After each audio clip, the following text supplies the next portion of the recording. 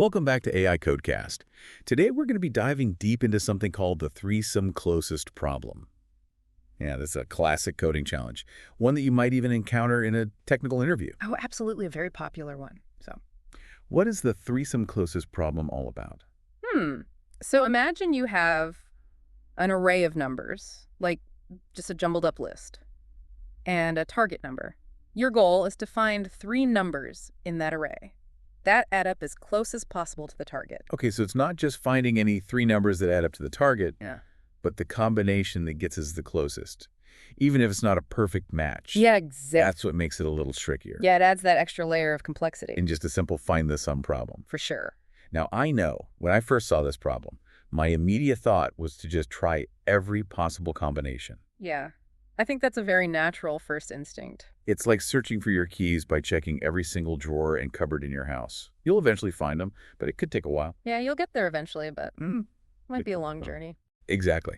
And that's exactly what the brute force approach is all about, right? Yeah. It's like saying, okay, let's try every single combination of three numbers in this array and see which one gets us closest to the target. Right, just systematically go through every possibility. So let's say we have a small array, like 1, 2, 3, 4, and our target is 5. Okay.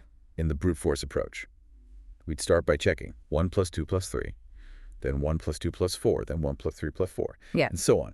We're essentially going through every possible triplet. Yeah, you're basically trying every permutation. Right. You'd have 3 nested loops in your code, one for each number in the triplet. The first loop picks a number, the second loop picks a different number, and the third loop picks yet another different number. Then you add those 3 numbers and compare the sum to your target. Right, and you keep track of the closest sum you've found so far. But as you can imagine, trying every single combination can be incredibly time-consuming, especially if the array is large. Oh, absolutely. It's like trying every single ice cream flavor combination at a shop with 100 flavors.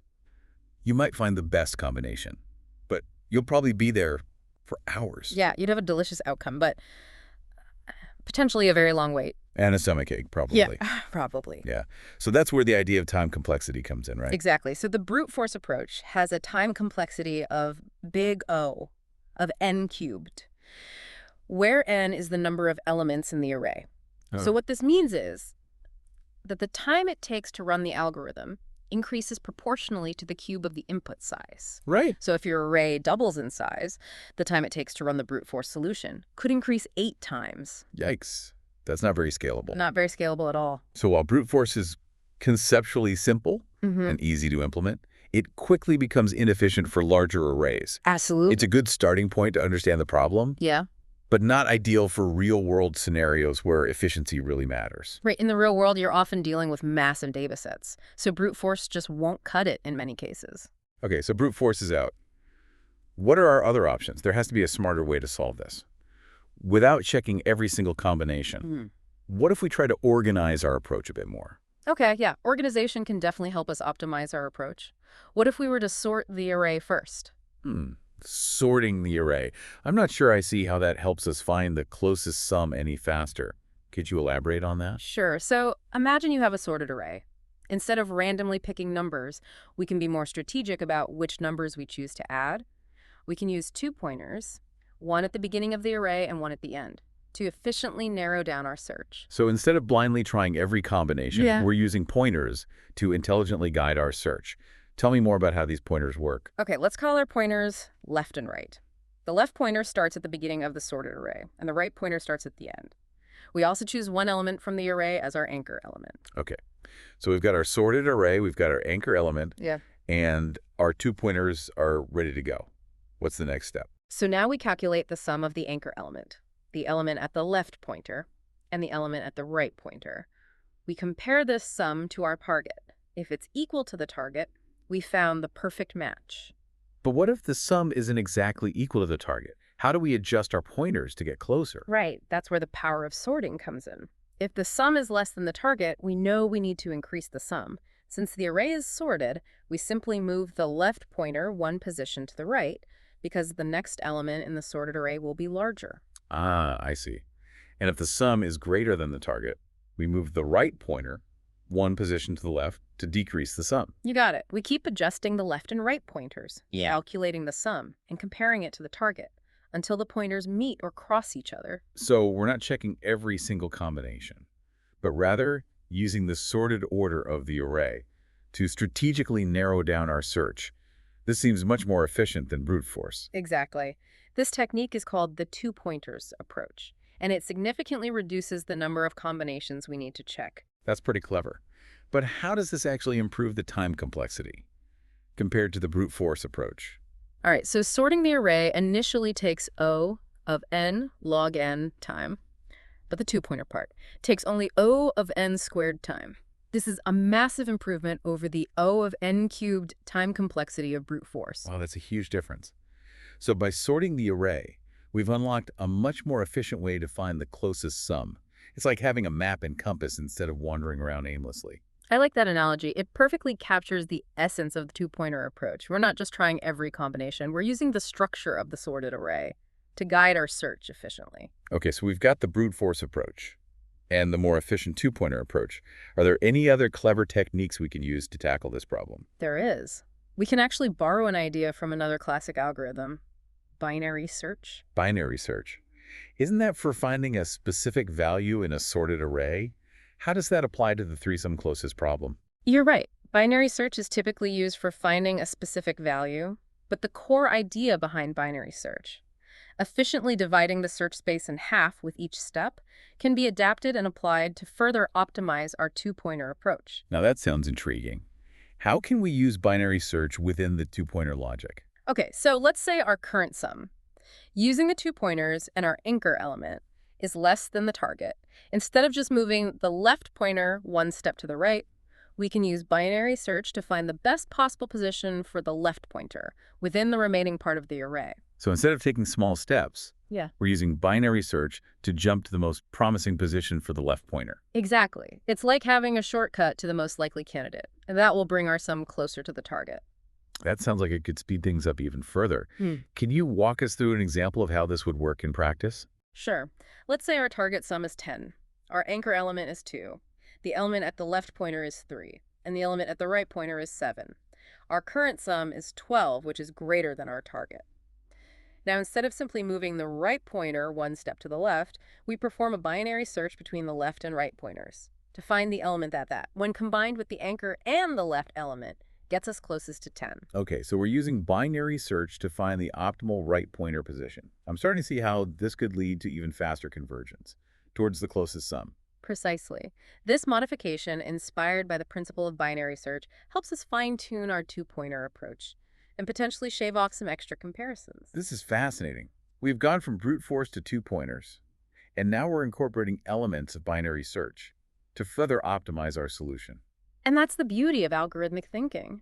It's not just about knowing specific algorithms, but understanding their underlying principles and adapting them to solve problems creatively. This has been an incredibly insightful journey so far.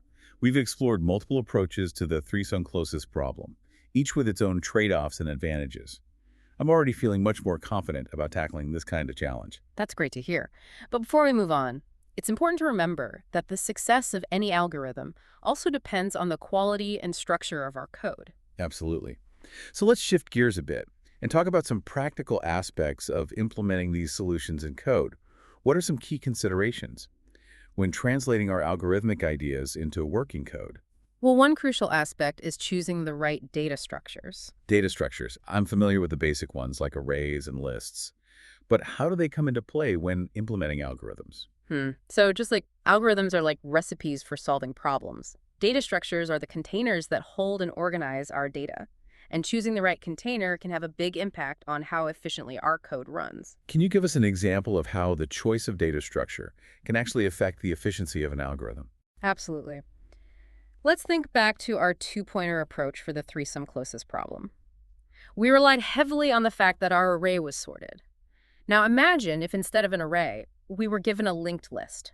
Okay. In a linked list, you can't easily access elements by their index, and traversing it to find a specific element can take a lot of time. Sorting a linked list efficiently is also a challenge. So if we were using a linked list, our two-pointer approach wouldn't work as efficiently because we can't quickly access elements by their index Yeah, or rely on the sorted order. exactly. The structure of a linked list makes it less suitable for algorithms that depend on random access or sorted order. In such cases, using an array would be a much better choice. I see. So it's not just about knowing the algorithms, Okay. but also understanding which data structures work best with those algorithms. Precisely. Choosing the right data structure can sometimes make the difference between a solution that runs in seconds and one that takes hours. Wow, that's really eye-opening. I'm starting to see how algorithms and data structures are so interconnected. It's like having a set of tools and knowing which tool works best for each task. I love that analogy. And just like with tools, it's important to understand the strengths and weaknesses of each data structure. For example, arrays are great for random access, but can be slow for insertions and deletions. Linked lists, on the other hand, are good for insertions and deletions, but slow for random access. So there's always a trade-off to consider when choosing a data structure. It's about finding the best balance between performance, memory usage, and the specific needs of our algorithm. Absolutely. And sometimes you might even need to create your own custom data structures Yeah. to perfectly fit the requirements of a problem. Now that's really taking it to the next level. So we're not limited to just using the standard data structures. We can get creative and design our own if needed. Exactly. It's all about finding the most effective and elegant way to organize your data, to make your algorithm shine. This is making me think about all sorts of possibilities. It's like opening up a whole new world of problem-solving tools. And that's what makes programming so fascinating. It's a constant process of learning, experimenting, and pushing the boundaries of what's possible. Speaking of pushing boundaries, are there any other aspects of code implementation, apart from data structures, that we should be mindful of? One thing I always emphasize is the importance of writing clean, readable code, even if you have a brilliant algorithm and have chosen the perfect data structures. If your code is messy and difficult to understand, it can be a nightmare to debug and maintain. That makes a lot of sense. It's like having a beautifully organized workshop with all the right tools. But if everything is scattered and labeled haphazardly, it's still going to be difficult to work efficiently. Exactly. Writing clean code is not just about aesthetics. It's about making your code easier to understand, modify, and collaborate on with others. So how do we write clean code? Yeah. Are there any specific guidelines or best practices we can follow? Absolutely. There are many great resources and style guides available online that provide recommendations for writing clean, readable code. Some key principles include using meaningful variable names, breaking down complex logic into smaller, more manageable functions, and adding comments to explain the purpose and functionality of your code. It sounds like writing clean code is about thinking about the future readability and maintainability of our code. It's about making it easy for ourselves and others to understand and work with our code long after we've written it. Precisely. A well-written code base is a joy to work with, while a messy one can lead to frustration and wasted time. Okay, so we've got our algorithms, we've got our data structures, and our clean code principles in place. What's the next crucial step in the code implementation process? Testing, testing, testing. No matter how carefully you've designed your algorithm and written your code, bugs can and do happen. Testing is crucial. It's like having a safety net to catch any errors or unexpected behaviors before they make their way into production. Exactly. And there are different types of tests we can perform. Unit tests focus on testing individual functions or modules in isolation, while integration tests examine how different parts of our code work together. So it's not just about writing tests, but about writing the right kinds of tests to cover different aspects of our code Right. and ensure its correctness and reliability. Precisely. A well-tested code base gives you confidence that your code is working as expected and helps you catch potential issues early on. It's like having a set of checks and balances to ensure the quality and robustness of our code. And a robust code base is essential for building reliable and maintainable software. This has been such an insightful discussion. We've gone from the theoretical realm of algorithms to the practical considerations of data structures, clean code, and testing. And it all ties back to the goal of writing efficient, elegant, and reliable code that solves problems effectively. I feel like we've covered a lot of ground today. Any final words of wisdom for our listeners as they continue on their coding journey? My biggest advice would be to never stop learning and experimenting. I completely agree. The world of programming is constantly evolving, with new languages, frameworks, and tools emerging all the time. Yeah, staying curious and open to new ideas is key. Absolutely. And don't be afraid to dive into challenging problems. That's where the real learning happens. I love that. Embrace the problem-solving process, even when it gets tough. Yeah, it's through those challenges that we grow and develop our skills. Couldn't have said it better myself. Well, this has been a fantastic exploration of the threesome closest problem. We've covered so much ground. from brute force to two-pointers, and even incorporating elements of binary search. We've seen how the choice of algorithm and data structures can dramatically impact the efficiency of our solutions. And we've emphasized the importance of clean code and thorough testing for building robust and maintainable software. I hope our listeners feel equipped to tackle this classic coding challenge and apply these problem-solving techniques to other areas of their coding journey. Before we wrap up, I'd like to leave our listeners with a little challenge. Oh, I like this idea. We've talked about how sorting the array is crucial for the efficiency of the two-pointer approach. Right. But what if you couldn't sort the array? Could you still find an efficient solution to the threesome closest problem? Or would you be stuck with the brute force approach? That's a great question. It really forces you to think outside the box and consider alternative strategies. Exactly. It's a great exercise in creative problem solving. We've seen the power of sorting. But what happens when that tool is taken away? I'm curious to hear what our listeners come up with. Maybe we'll even feature some of their solutions in a future episode. That's a fantastic idea. So listeners, if you have any insights or clever solutions to this unsorted threesome closest challenge, feel free to share them with us. We might just feature your brilliance on the show. And if you enjoyed this deep dive into the threesome closest problem, be sure to subscribe to AI.Code.Cast for more algorithm adventures. We've got a whole lineup of fascinating topics coming your way, from classic sorting algorithms to graph traversal techniques, and even a foray into the world of machine learning algorithms. There's always something new to explore in the world of code, so keep those algorithms humming, listeners. And we'll catch you on the next episode of AI.Code.Cast.